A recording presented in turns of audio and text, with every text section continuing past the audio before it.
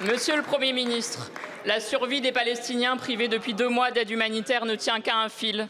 Le régime d'extrême droite israélien est devenu une machine à exterminer. Il prévoit un plan de conquête de Gaza, nouvel aveu que la vie des otages lui importe peu, tant qu'il peut poursuivre destruction, colonisation et déportation.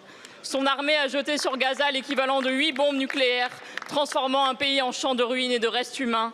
Un pays où des familles entières sont décimées, où l'école n'existe plus, un pays ravagé où génocide et écocide ne font qu'un. S'il est crucial de réagir, jour après jour, au massacre, c'est qu'il s'y joue une question morale fondamentale, celle de l'universalité des droits. La Palestine est une arête plantée dans la gorge du monde et le génocide à Gaza donne à voir une cruelle insensibilité. Monsieur Bayrou, imaginez une seule seconde si plus de 50 000 Américains ou Français, dont 20 000 enfants, étaient assassinés de la sorte. Non, c'est au-delà de votre imagination. Et pourtant, l'inimaginable a lieu à cet instant.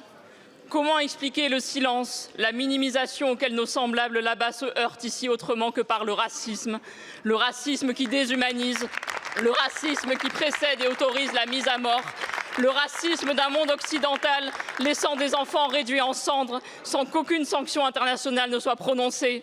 Pas de sanctions, pas de reconnaissance immédiate de l'État de Palestine, rien pour rompre l'accord d'association UE-Israël.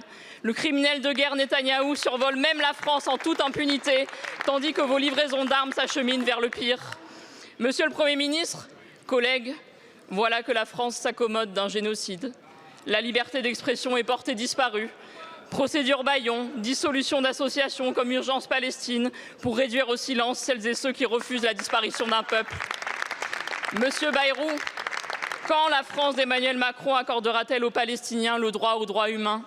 Car pour l'instant, le pays des droits de l'homme a enseveli les lumières sous les décombres de Gaza.